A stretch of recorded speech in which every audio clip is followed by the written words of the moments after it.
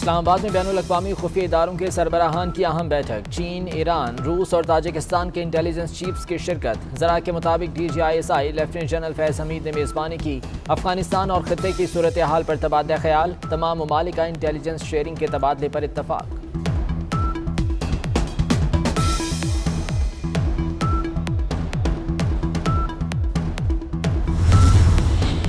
पंजाब की सियासत में हलचल। सीनियर वजीर अब्दुल अलीम खान का ओहदा छोड़ने का फैसला। ज़ाती मसरूफियात की वजह से अगस्त में वज़ीर आज़म से मुलाकात के दौरान इस्तीफा दिया था। इमरान खान ने अब तक मंजूर नहीं किया।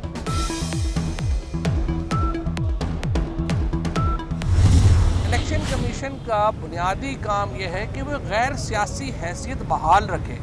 अगर मुल्क की सबसे बड़ी सियासी जमात, मुल्क की हुकूमत और उसके बाद अपोजिशन की पार्टीज़, सबका यह ख्याल है कि वो अब अपनी हैसियत खो चुके हैं, वो खो चुके हैं, अब उनको चला जाना चाहिए और नया बंदा आ जाएगा। 22 करोड़ की आबादी है, ये तो नहीं है कोई इलेक्शन करवाने वाला नहीं है हमारे मुल्क में। इलेक्ट्रॉनिक वोटिंग के मामले पर हुकूमत और इलेक्शन कमीशन में टकराव। वज़ीर इत्तलात फवाद चौधरी ने एक बार फिर चीफ इलेक्शन कमिश्नर से इस्तीफा मांग लिया। कहते हैं चीफ इलेक्शन कमिश्नर अपनी आज़ाद हैसियत खो चुके हैं। पाकिस्तान में अभी ऐसे हालात नहीं आए कि कोई इलेक्शन कराने वाला ना मिले।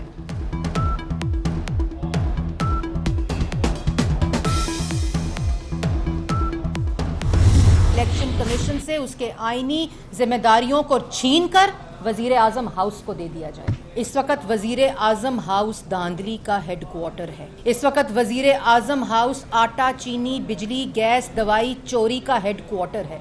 जो धमकी देते हैं कि हम इजलास बुलाएंगे, हम बुलडोज कराएंगे और हम फिर पास करा लेंगे जॉइंट कमीशन में, ये पाकिस्तान है।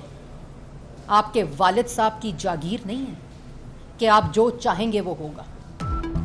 असल मंसूबा इलेक्शन कमीशन से इख्तियार छीनकर वज़ीर आज़म हाउस को देना है। तर्जुमान नून लीग मरीम औरंगजेब की हुकूमत पर तनकीद। बोली वज़ीर आज़म हाउस आटा, चीनी, बिजली, दवाई चोरी का हेडक्वार्टर है। पूछो LNG महंगी क्यों हुई? कहते हैं NRO नहीं देंगे। ये पाकिस्तान है, आपके वालिद की जागीर नहीं, जो चाहें हो जाए।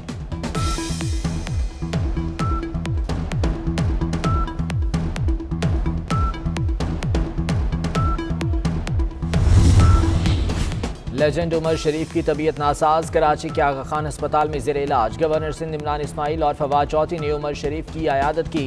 वफाकी हुकूमत ने मेडिकल बोर्ड तश्कील दे दिया। बोर्ड फैसला करेगा कि उमर शरीफ का इलाज मुल्क या बैरून मुल्क किया जाए।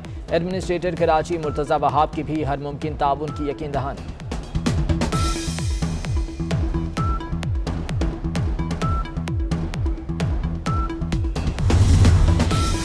बिजली के बिल में KMC टैक्स कलेक्शन पर वफाक और सिंध आमने सामने। वफाक के इलेक्ट्रिक के बिलों में KMC टैक्स की इजाजत नहीं देगा। असद उमर का दो ठोक ऐलान। मुर्तज़ा वहाब ने जवाब दिया कि सबको KMC को सपोर्ट करना चाहिए। PTV फीस बिल में वसूल की जा सकती है तो KMC टैक्स क्यों नहीं?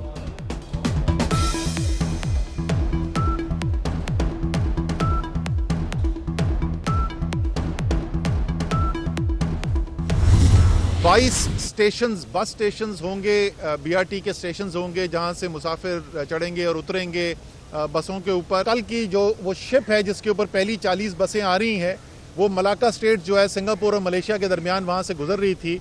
और उम्मीद ये है कि अगले वीकेंड तक, अगले हफ्ते इतवार तक ये बसें, पहला लॉट जो है 40 बसों का, ये कराची पहुंच जाएगा इंशाल्लाह ताला। असद उमर की कराची में वादों और तारीखों भरी प्रेस कॉन्फ्रेंस। ग्रीन लाइन बसें नवंबर में चलाने का ऐलान। कहा 22 स्टेशन तैयार हैं, एक हफ्ते में बसें भी आ जाएंगी। K4 मंसूबा अक्टूबर 2023 तक मुकम्मल करने का दावा। शहर में 55 किलोमीटर सड़कें वफाक बनाएगा। हैदराबाद सखर मोटरवे की मंजूरी का भी वादा।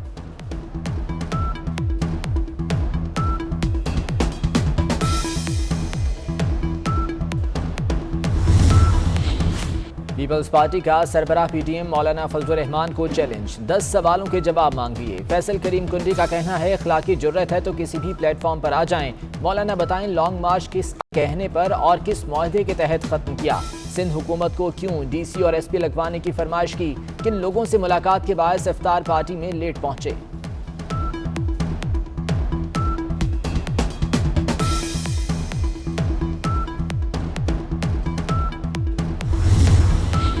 यूटिलिटी स्टोर्स पर महंगाई का रेला। अशिया खुरनोश की कीमतें मजीद बढ़ गईं। घी कीमतों में 96 रुपये फी किलो तक इजाफा। कुकिंग ऑयल भी 97 रुपये फी लीटर तक महंगा। साबुन, काली मिर्च, face cream, custard, T whitener समेत मुतादिद अशिया की कीमतों में भी इजाफा।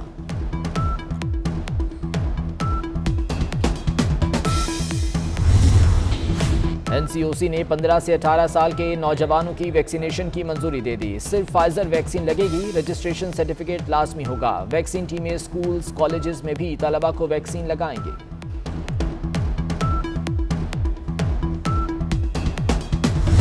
Resentment and violence against Muslim Americans, true and faithful followers of a peaceful religion. 9/11 के बाद मुसलमानों के खिलाफ नफरत और तशद्दुद में इजाफा हुआ। अमरीकी सदर जो बाइडन का एतराफ़, कहा मुसलमान पुरअमन मजहब के सच्चे पैरोकार हैं। 9/11 इंक्वायरी कमीशन के सरबराह का कहना है कि हमलों में सऊदी अरब के मुलविस होने का कोई सबूत नहीं मिला। ईरान के मुलविस होने की मजीद मालूमात मिली हैं।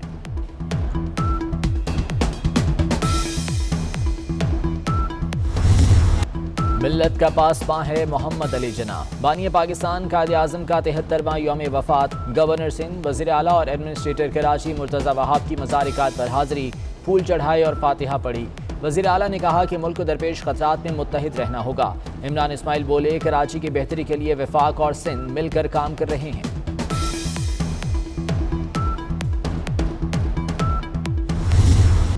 भारतीय दारुल हुकूमत नई दिल्ली में भी तूफानी बारिशें, 46 साला रिकॉर्ड टूट गया। सड़कें और शाहराहें नदी नालों में तब्दील, नशेबी इलाके ज़ेर-ए-आब। दिल्ली एयरपोर्ट भी स्विमिंग पूल का मंजर पेश करने लगा। महकमे मौसमियात की मजीद बारिशों की पेशगोई।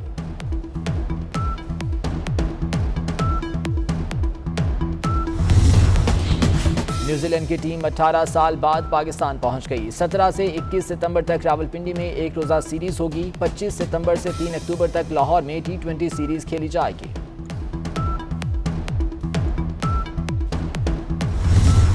कैलिफोर्निया में कोरोना का खौफ कम होते ही हैलोवीन हॉरर नाइट्स का खौफ लौट आया। हॉलीवुड के यूनिवर्सल स्टूडियोज में एक बार फिर भूतों ने डेरे डाल लिए।